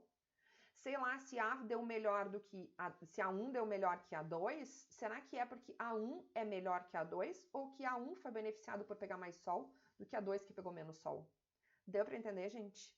Ou seja, obtém-se uma estimativa viesada para o erro A. E, portanto, não se pode testar diferenças que necessite deste erro A, tal como entre as médias de A, ou ainda entre as médias de A dentro do mesmo nível de B, ou ainda em diferentes níveis de B. Ou seja, qualquer comparação que diz respeito aos níveis de A ficou perdida, certo? Se perdeu, não se testa mais nada com referência ao fator A, tá? Se fizer essa aleatorização sistemática, tá? Então, cuidado com isso, tá? Tem que aleatorizar em cada um deles de forma diferente. Não é aleatorizar uma vez e copiar tudo igual, tá? Isso acontece muitas vezes, gente, tá? Não é a coisa mais incomum acontecer, tá? Mas a segunda parte da análise continua válida, ou seja, tudo que diz respeito ao erro B tá tranquilo. Então a gente pode proceder comparações que envolvam somente o erro B, tal como médias entre as médias de B ou ainda as médias de B nos mesmos níveis de A, tá? Então o efeito principal de A ou fatiamento de B dentro de A, tá ok, tá? Bom, então vamos ao segundo tipo de experimento em parcela subdividida, que são os experimentos em parcela subdividida em faixa. Tá? Então, no inglês, uma das traduções seria o split block. Tá? Ele é muito similar ao delineamento em parcela subdividida. Os níveis de B das subparcelas, em vez de serem casualizados independentemente dentro de cada parcela, eles são arranjados de forma sistemática, de maneira a formar as faixas. É diferente do que eu tinha mostrado ali agorinha, tá, gente? Eu vou mostrar um exemplo de um desenho e vocês vão entender a diferença. A casualização para subparcelas é constante para toda parcela dentro de cada repetição. Então, veja, ela é sistemática dentro do bloco, ela não é a mesma em todos os blocos, tá? Então, na verdade, o que acontece aqui é que não tem mais a referência de parcela e de subparcela. Parcela como algo maior e a subparcela pequenininha, uma subpartição. Então, na verdade, é como se eu tivesse duas parcelas em sentidos diferentes, tá? Então, como é que surge esse experimento em faixa? Geralmente ele surge de dificuldades técnicas ao sortear o segundo fator. Por exemplo, né, se a gente tiver ensaios de método de preparo de solo e espaçamento entre linhas de plantio, ou método de irrigação e tipos de colheita. Qualquer um destes dois, a gente precisa de máquinas. E a gente precisa de máquinas para os dois fatores. Ou seja, a gente precisa de máquina para método de preparo do solo e para o espaçamento entre as linhas, que é a semeadura, né? A gente vai precisar também de método de irrigação, porque a máquina vai passar para fazer a irrigação. E a mesma coisa sobre os tipos de colheita, porque a máquina vai passar fazendo a colheita, tá? Então, a gente precisa de parcelas grandes. Então, neste caso, o experimento em faixa é indicado, tá? Então, esse delineamento é conveniente para experimentos em que ambos os fatores necessitem de parcelas grandes, tá? É usado em experimentos de adubação pela maior complexidade que apresentam no que se refere à implantação a campo. Tá? Pela questão, então, de necessidade de máquinas. Um outro exemplo é quando a gente se utiliza de variedades de época de colheitas diferentes, em que se usa colheita mecânica, então seria vantajoso que todas as variedades a serem colhidas na mesma época estejam numa mesma faixa. Então são épocas diferentes de colheita, então facilitaria elas estarem juntas numa mesma faixa para que a máquina passe fazendo a colheita, tá? Nesse delineamento, há o sacrifício da precisão. Há o sacrifício, né? Então, há uma diminuição de precisão no teste, na estimativa, dos dois fatores, A e B. O ganho está na precisão da interação, certo? Então, os graus de liberdade para testar A e B são geralmente insuficientes, tá? Então, é indicado, claro, pelas restrições técnicas, geralmente por precisar da questão de parcelas grandes, né, pelo uso de máquinas, mas principalmente quando o objetivo do estudo for, então, estiver, né, centrado na presença da interação, tá? Porque o teste dos efeitos principais vai ficar prejudicado. Aqui, então, só para mostrar a diferença entre split plot, né? Então, essa seria a tradução de parcela subdividida, que é o primeiro exemplo que a gente viu. E o split block, então, é esse experimento, então, em parcela subdividida em faixas.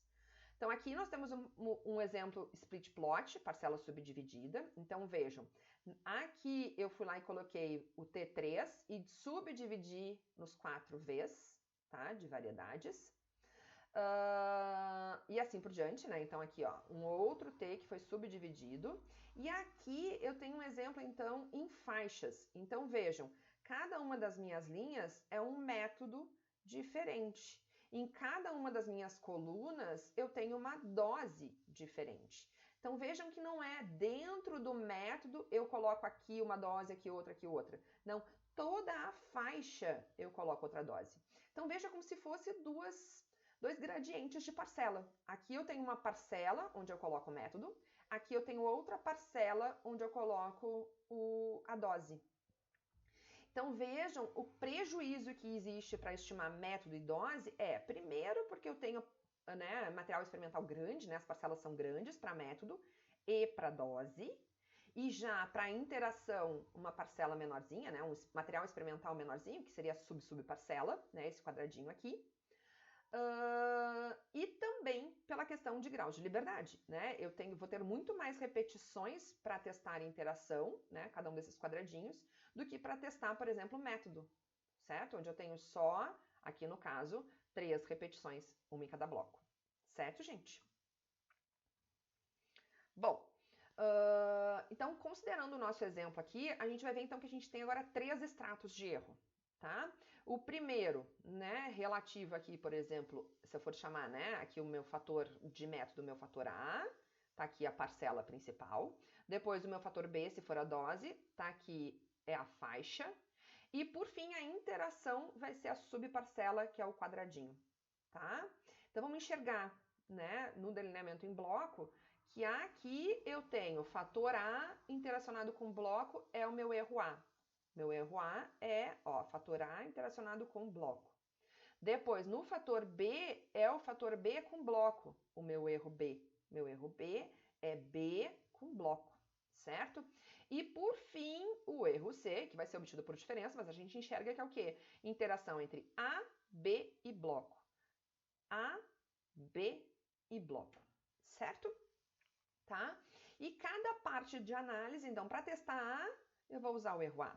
Para testar B, eu vou usar o erro B. E para testar a interação, o erro experimental, o erro, último erro do modelo, o erro C, tá? Bom, aí a gente aumenta o nosso complicador substancialmente, se a gente tiver interação, presente, tá? Então aqui a gente começa a ter, as combinações para o cálculo de erro padrão e para graus de liberdade sendo mais complexas ainda, porque a gente vai envolver mais estratos de erro, tá, gente? Então eu não vou chamar atenção neste exemplo aqui, até porque é um exemplo mais complexo ainda, E vejam, aquele primeiro já foi cansativo, esse seria mais ainda se a gente fosse dar a complementação na análise, tá? Então tá aqui os cálculos das variâncias combinadas e os graus de liberdade combinados aqui, tá? Bom, o nosso exemplo é o mesmo que a gente tinha trabalhado, dos 4 métodos de plantio e dos 4 espaçamentos, utilizando 4 blocos, Então, estão lá os nossos 64 observações, tá? Então, o que vai diferenciar agora, Na hora de aleatorizar, lembram lá que a gente tinha usado design.split, agora é design.strip, tá? De faixa, acho que strip deve ser faixa, não sei, tá? Perdão. Mas é muito parecidinho a ideia, Eu defino lá meu tratamento 1, defino meu tratamento 2 e ele vai fazer, então, essa aleatorização. Então, essa primeira parte aqui, essas primeiras 16 unidades, é a aleatorização que eu mostro aqui, que é referente ao bloco 1, tá? Então, o bloco 1, o que aconteceu, Primeiro, o método 3, depois o método 1, depois o 4, depois o 2, tá ali, 3, 1, 4 e 2. E depois, se vocês olharem, sempre o primeiro é o espaçamento 1, espaçamento 1, espaçamento 1. Depois vem o 2, o 2, o 2 e o 2. E assim por diante. Então, o 1, o 2, o 4 e o 3. Estão vendo? É uma faixa. Ou seja, eu não faço uma aleatorização para o método 3, outra para o método 1. É uma só e vale para todo mundo. É a faixa. Certo, gente? Bom, na sequência, tá? Então aqui acho que eu vou seguir daqui para frente nos meus slides, tá? Pra gente facilitar a compreensão e tentar ser um pouquinho mais curto esse slide que vai ter esse vídeo que acho que vai ter umas 2 horas. Perdão, gente, mas é um conteúdo realmente denso, tá? Bom, então, usando a OAV, eu preciso, então, criar os meus 2 erros. Quais são os meus 2 erros? Bloco vezes método e bloco vezes espaçamento. Então, eu coloquei aqui, erro, e coloquei aqui dentro, é como se estivesse fazendo um produto aqui, Então, bloco vezes método é um erro, bloco vezes espaçamento é outro erro. E tá aqui a divisão, ó. Então, bloco método, tá aqui a divisão, que é o teste para método, que vai usar esses 9 graus de liberdade. Depois, bloco vezes espaçamento, é o erro 2, que é espaçamento, vai usar este erro. Então, vejam, ó, graus de liberdade poucos, que é aquilo que a gente tinha falado, né? Vai perder nesse sentido. E o teste da interação, então, com o erro C, com 27 graus de liberdade, né? Nessa última parte aqui, então, do erro C, tá? Então, tá aqui o nosso teste de interesse, que é, então, a presença de efeito significativo de interação, tá? Os meus resíduos, né? Então, da mesma forma que a gente tinha falado, eu tenho que elencar os meus erros, né? Mas não colocar eles como um erro do modelo, ou seja, eles têm que entrar como efeito fixo, porque o único erro vai ser o que vai ser obtido por diferença, que é o erro C. Então, vai aparecer aqui bloco, método, parcela, faixa, tá? E vai aparecer na sequência, então, aqui, ó, método, espaçamento e método, espaçamento, são os meus três, né, os dois efeitos principais, método, espaçamento e interação, método, espaçamento. E os meus dois erros, parcela e faixa, que eu vou criar. Então, só isso eu vou ali pro R só para mostrar para vocês, tá? Então, aqui, né, análise de parcela subdividida em faixas. O conjunto de dados é o mesmo, ó, então eu só, né, joguei ele para dentro. Isso aqui, gente, ó, que tá lá, ó, eu preciso criar a parcela e eu preciso criar a faixa, que são os meus dois erros, tá? O erro A, interação bloco-método, é a parcela, e erro B, interação bloco-espaçamento, é a faixa, tá? Então, é isso que eu tô fazendo aqui, ó, quando eu uso a função interaction, tá? E aí, então, vai aparecer na minha análise essas duas... Porque aqui eu não cheguei a colocar, tá, gente? Mas ali eu coloquei no R, ó, uma outra opção de fazer a análise seria error, parcela mais faixa, tá? Então, a mesma coisa, tá? E aí, então, a gente, para fazer, então, o gráfico, né, dos resíduos, a gente precisa, então, colocar os dois erros, parcela e faixa, mas sem a instrução de que é erro, né, e sim como modelo fixo. Então, tá aqui, então, meu gráfico de meu painel de resíduos, tudo certinho, né? Não tem presença de valor atípico, não tem formação de funil ou mostrando elasticidade ok, ajuste lindíssimo à distribuição normal, tá? Na sequência, vocês vão ver, então, que eu printei, né, a solução usando o modelo, a função faixas, lá do nosso pacote, aquele completão, né, esp10.pt, a função é faixa, e eu vou colocar na sequência. Fator A, fator B, bloco e variável resposta. Tá? Mesma coisa daí, o primeiro método é qualitativo, o segundo espaçamento é quantitativo, complemento por Tuque e o nome deles, tá? Então, tudo muito parecido. Olha aqui, ó, uma coisa que eu não tinha chamado atenção lá. Agora eu tenho 3 coeficientes de variação, porque eu tenho 3 erros. Mesma coisa, tá? Bom, e aí na sequência a gente vai ver, né? Então, aqui primeiro está desdobrando, fazendo, então, método dentro do espaçamento, né? Então, vai aparecer, né, que a gente tem diferença significativa entre métodos para todos os espaçamentos, e aqui então está o teste de Tukey por médias, para o primeiro espaçamento 17, para o de 34, para o de 51 e para o de 68, tá? Eu não vou chamar atenção porque as análises são muito parecidas, tá, pessoal? Aqui é a mesma coisa, né? Então, o fatiamento, ó, deixa eu só chamar atenção. Aqui a gente já tem variância, ó, grau de liberdade combinado, variância combinada, tá? Então, vejam que é mais complexo ainda. Grau de liberdade combinado, variância combinada, tá?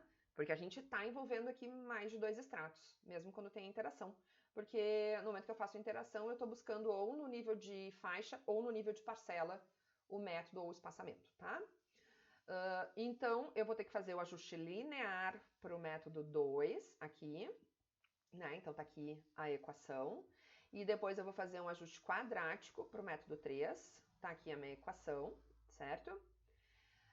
E aqui, esse aqui funcionou os resíduos, gente. Né? O plot res lá funcionou lindamente. Então, foi algum problema neste gráfico aqui que eu não consegui lá para aquele primeiro da parcela subdividida.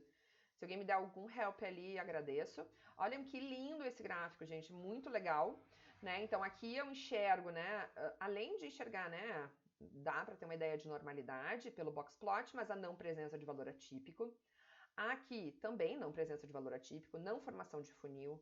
Aqui anormal com, né, o envelopamento, né, com os limites de confiança. e o histograma. Então é bem interessante esse quadro aqui, esse painel, né, para a nova, tá? Então, seguindo, gente, tá? Agora vem outro exemplo onde a gente vai ver. Aqui a gente vai só falar deste exemplo, tá? A gente não vai resolver. Depois tem um exemplo pra gente resolver. Que é o split plot, ou seja, parcela subdividida, tá? Então, existem experimentos em que pode ser necessário mais um nível ainda de subdivisão, tá? Então, seja um experimento sobre o arrancamento de barras de aço mergulhadas em corpos de prova de concreto. Nesse experimento, temos 3 laboratórios, 2 traços de concreto e 4 tipos de barras nervuradas. Então, temos 3 fatores. O material para o laboratório 1, cimento, agregado, areia e barras de aço, é enviado de uma só vez. Isso implica uma restrição na aleatorização completa. Então, já vimos que temos uma parcela subdividida aí. Por sua vez, o laboratório 1 prepara um traço de concreto. Então, um dos traços de concreto, certo? E em seguida, molda corpos de prova com cada um dos 4 tipos de barras nervuradas. Ou seja, outra restrição na aleatorização, né? Então, o que a gente tem, então? Um laboratório é escolhido, depois o traço é escolhido e só então as barras nervuradas são aleatorizadas naquele traço e laboratório particular, certo? Então, para evitar um confundimento total, a gente precisa de repetições. Então, aqui são feitas 3 repetições. Então, o que a gente tem é este quadro aqui, ó. Parcela principal, o laboratório. Subparcela é o traço, né, em cada um dos laboratórios.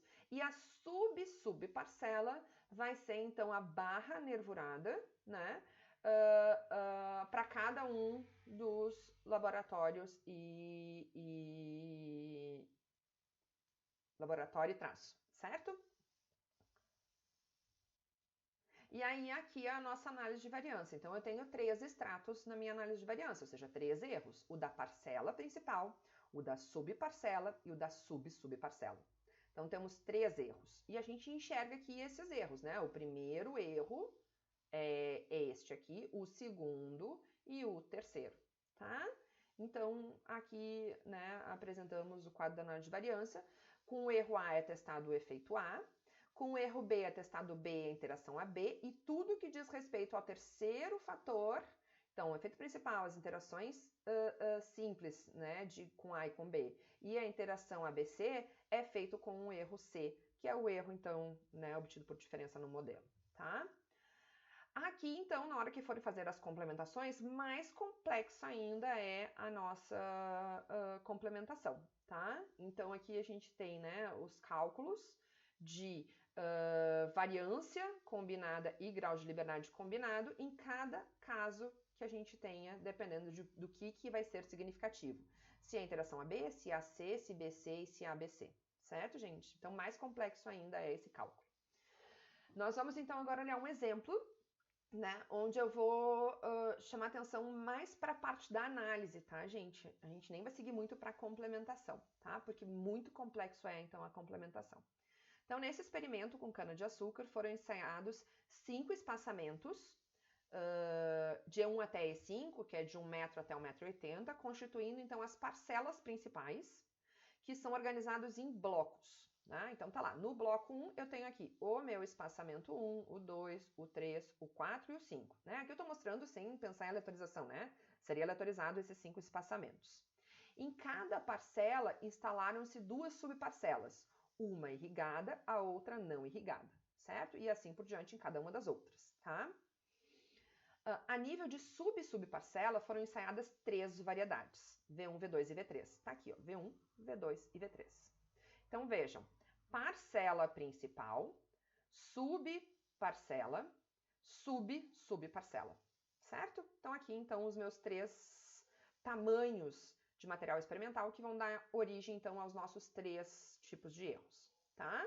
Então, tá lá, erro A, erro B e erro C, certo? Então, aqui a gente tem até os graus de liberdade, já para a gente ter uma ideia do que a gente espera lá para os nossos, com estes dados lá na análise para o R, tá? Então, passamos para a análise no R. O que eu mostrei aqui para vocês? Eu achei aqui, né, esta função que se chama ssp.plot, ou seja, subdividida, tá? É parcela subdividida, tá? Onde eu vou colocar na sequência? Bloco, fator A, fator B e fator C. Né? Então, fator da parcela, fator da subparcela e fator da subparcela. E, por fim, a variável resposta. Tá? Então, esta é como eu utilizo, então, né, essa função ssp.plot. Tá? E ela entrega este resultado aqui para nós. Ok? Então, vejam, ela vai colocar divididinho, ó, erro A, depois erro B e depois erro C. Então, se a gente olhar, ó, erro A, tá aqui o espaçamento sendo testado com erro A, tá aqui depois irrigação e a interação espaçamento e irrigação, testado com erro B, e por fim, tudo que diz respeito à variedade, testado com erro C. Variedade, efeito principal, as duas interações simples, variedade, espaçamento, variedade e irrigação, e a interação, né, variedade, espaçamento e irrigação, tá? O que a gente teve de significativo aqui? A variedade e irrigação, certo? A interação, variedade e irrigação. Depois a gente teve efeito principal de variedade e efeito principal de irrigação também significativo, mas como a interação entre eles foi significativa, nós não vamos analisar os efeitos principais, certo? Então, aqui, então, os nossos 3 coeficientes de variação, ok? E a média geral de produtividade, tá? Aqui utilizando a função AV, né, para a gente chegar nos mesmos resultados, tá? Vocês vão ver que a gente vai chegar, ó, nos mesmos resultados, a mesma significância aqui para a interação, tá aqui, tá? Então, usando a OAV, o que eu preciso? Eu tenho 3 erros. Um é obtido, que é o erro experimental por diferença. Eu só preciso, então, criar o erro da parcela e o da subparcela. A parcela é a interação, então, entre bloco e espaçamento. Vamos voltar ali, ó. Ó, é bloco, espaçamento, parcela. Subparcela. Subparcela é isto aqui, ó. É o que? Interação, irrigação, espaçamento, bloco. Então, a gente criou isso aqui, ó. Parcela, interação, bloco, espaçamento. Subparcela é a interação bloco, espaçamento, que é a parcela, interacionado, então, né? Interação com irrigação. Essa é a subparcela. A subparcela a gente não precisa porque é o erro C que obtém-se por diferença, certo? Então, eu coloquei aqui, ó, produtividade, bloco, botei aqui, né, o meu modelo resumido, né, onde eu coloco todos os meus 13, ele vai abrir automaticamente, né, espaçamento, irrigação e variedade com todas as interações, efeitos principais. E, por fim, os meus 2 erros, o erro da parcela e o erro da subparcela. Tá? Então, uma outra opção, né, é fazer dessa forma. Então, tá aqui o extrato de parcela para o teste de espaçamento, o extrato de subparcela para o teste de irrigação e da interação espaçamento e irrigação, e o último extrato, que é o de subparcela, que é o erro por diferença, né, com tudo que diz respeito à variedade, tá? Todos os testes diz respeito à variedade. E tá aqui o nosso teste significativo. Os resíduos, né? Então, é o mesmo modelo, eu posso fazer exatamente esse mesmo modelo aqui, só que ao invés de botar error, eu vou colocar parcela e subparcela. Mesma coisa, tá? Então, se vocês olharem, tá aqui, né? O meu modelo, eu só coloquei, né, de uma outra forma aqui, botando, né, também é uma outra forma de colocar, onde vai aparecer o erro A e o erro B, tá? E aí, então, a gente tem, olhando aqui, né, não presença de valor atípico, não formação de funil e aderência à normalidade, tá? Bom, então a gente, só para dar uma complementadinha aqui, né, a gente, porque senão a gente não consegue, a gente coloca aqui, então, um gráfico de interação, né, que deu significativo, que era a variedade de irrigação, e o que a gente enxerga aqui no gráfico? Primeiro, que ao irrigar, parece que o comportamento das 3 variedades não tem muita diferença, estão vendo? Ó, é quase uma retinha, certo? Mas já quando a gente não irriga, parece que a variedade 3 se comporta bem melhor do que as outras duas, variedade 1 e 2. Ou seja, parece que a variedade 3 ela suporta, né, terrenos mais secos sem irrigação, vamos dizer assim, certo? Mas outra coisa que a gente enxerga é que irrigar dá mais produtividade do que não irrigar, certo? Agora vamos ver se isso tudo é significativo.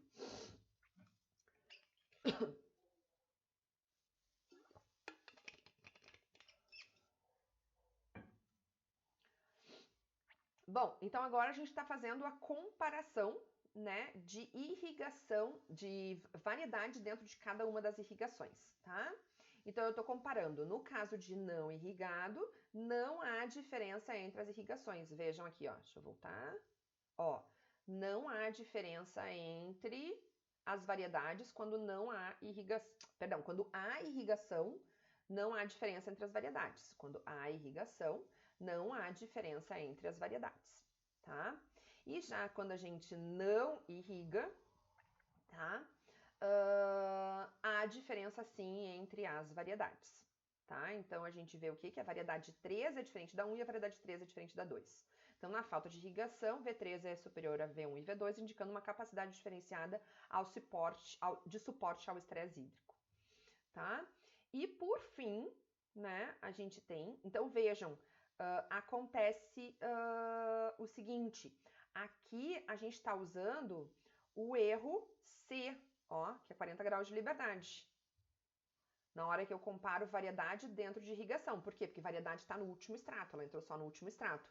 Já quando eu comparo irrigação dentro de variedade, irrigação está no extrato de subparcela. Então, eu preciso fazer uma ponderação, ó, entre este erro e este erro aqui, certo? Então, se vocês enxergarem lá, ó, aqui, vai aparecer uma ponderação dos graus de liberdade, certo? E aí aqui o que a gente enxerga, o que a gente já tinha previsto ali, né? Que qualquer uma das 3 variedades, a gente tem significância, porque todas elas respondem à irrigação, que é isso aqui, ó. Todas elas têm melhor rendimento, melhor produtividade quando são irrigadas do que quando não são irrigadas. É isso, certo? Por fim, gente, estamos chegando no final. O mesmo experimento, agora nós vamos olhar o mesmo experimento em parcela sub-sub-dividida, só que nós vamos colocar uma delas em faixa, tá? A irrigação vai ser colocada em faixa. E que faz muito sentido, gente, na prática. Pensem, no exemplo anterior, a gente tinha colocado, por exemplo, aqui irrigado, aqui não irrigado. Aqui a gente ia fazer outro sorteio. Poderia ser que aqui ia aparecer não irrigado e aqui irrigado, certo? E aí, digam para mim, por mais que a gente não entende nada de agronomia, né? É fato que essa parte irrigada poderia passar, né, para essa parte não irrigada, né? Ou seja, a drenagem, né, poderia ser drenado. Então, eu precisaria fazer algum tipo de barreira aqui para que essa irrigação não viesse para este lado, certo? Então, aqui faz muito sentido eu usar uma faixa, ou seja, toda essa faixa aqui vai ser irrigada e toda esta faixa não vai ser irrigada. E eu só faço aqui uma barreira horizontal para irrigação. Então, esse é um caso aqui em que seria bem útil a questão de faixas, de que a subparcela, que é a irrigação, fosse, então, sistematizada em faixas. Certo, gente? Isso aqui cria mais um complicador. Lá a gente tinha 3 erros quando a gente tinha subparcelas, né? E agora nós vamos ter um 4º erro. Percebam, vamos lá comigo. Erro A aqui do espaçamento. Erro B da faixa, que é a subparcela. Estão vendo aqui? Certo? Da faixa, perdão, né? Depois a gente tem o erro da faixa. Depois a gente tem o erro da subparcela, que é essa combinação aqui, ó, de irrigação com... Vamos lá, perdão, de novo. Barulho aqui, me desconcentrei, perdão. Então, primeiro aqui que é a parcela, que é espaçamento com bloco. Depois, esta outra aqui que é a faixa, que é irrigação com bloco. Depois, esse outro quadradinho aqui que é a subparcela, que é irrigação, espaçamento com bloco. E por fim, a subparcela, que é onde entra a variedade com irrigação, com o espaçamento no bloco, tá? Que daí é o nosso erro, o nosso último erro, né? O 4º erro, o erro D, que é o erro por diferença. Então tá aqui, ó, a nossa análise vão ter 4 estratos agora de erro, tá, gente? Então, mais complexo ainda. Então, o A usa o fator A para testar o efeito principal de A é na parcela principal. O de B é na faixa. A interação é na subparcela. Ó, a interação tá aqui, ó. A interação AB aqui, né, que seria espaçamento e irrigação. Tá? E por fim, daí sim, tudo que diz respeito ao C é o último erro, igual a gente tinha visto antes, que agora é o erro D, obtido por diferença. Tá? Então aqui, para chamar a atenção de vocês, qual é a diferença da análise anterior? Eu só vou criar mais um nível de erro. O da parcela era interação entre bloco e espaçamento. O da faixa, interação entre bloco e irrigação. E o da subparcela vai ser a interação entre a parcela e a irrigação. Ó, aqui, né? Ó, o nosso terceiro erro é entre a parcela e a irrigação, certo? Então tá aqui os nossos 3 erros. E aí, na hora de usar a função OAV, né? Eu vou colocar aqui, então, né? Variável resposta, bloco. Coloco aqui o meu modelo resumido, né? Usando o multiplicador. Então, vai aparecer efeitos principais, interações simples e a interação de todos os 3, né? Interação tripla. E os erros eu vou anotar dessa forma, ó. Erro, parcela, faixa, subparcela. Ele vai automaticamente criar extrato de parcela, extrato de faixa, extrato de subparcela e o último extrato, que é o erro, o resíduo experimental, né? O erro experimental, que é o resíduo obtido por diferença, tá? E a gente vê o que a gente, né, já esperava lá, né? Os dados são os mesmos, né, gente? Claro que os valores não vão ser iguais, né? Mas muito parecidos, né? A gente então tem essa significância. Mas só para chamar a atenção de uma coisa importante que apareceu aqui, gente. Olha os resíduos aqui, ó. 8 graus de liberdade para testar espaçamento. 2 graus de liberdade para testar irrigação. Isso aqui é muito arriscado, esse teste, tá? 8 graus de liberdade para testar a interação. E aí aqui sim, 40 graus de liberdade para testar qualquer coisa que diz respeito à variedade, tá? Então a gente sabe que esses testes aqui podem estar sendo sacrificados em função de ter baixo número de graus de liberdade, tá? O resíduo, né, só para chamar atenção, né, o teste dos resíduos, a gente é o mesmo modelo, só que ao invés de eu colocar o erro, né, eu vou colocar, tá aqui, né, os meus erros, né, os meus 3 erros são obtidos por essa expressão, tá? E a gente não tem, então, nem presença de valor atípico, não tem, a princípio, né, uma formação grande de funil, né, quase nada aqui, né, mas não daria a perder a nossa homogeneidade, e ajuste bonitaço aqui para normalidade. E terminamos, tá? E aí vocês têm aqui na sequência, então, uma coleção de exercícios que tá lá para tarefa para vocês fazerem, junto com o experimento fatorial e hierárquico, tá? Beijo, gente. Desculpa pela canseira desse... Eu tô exausta, minha voz, tá? Beijos.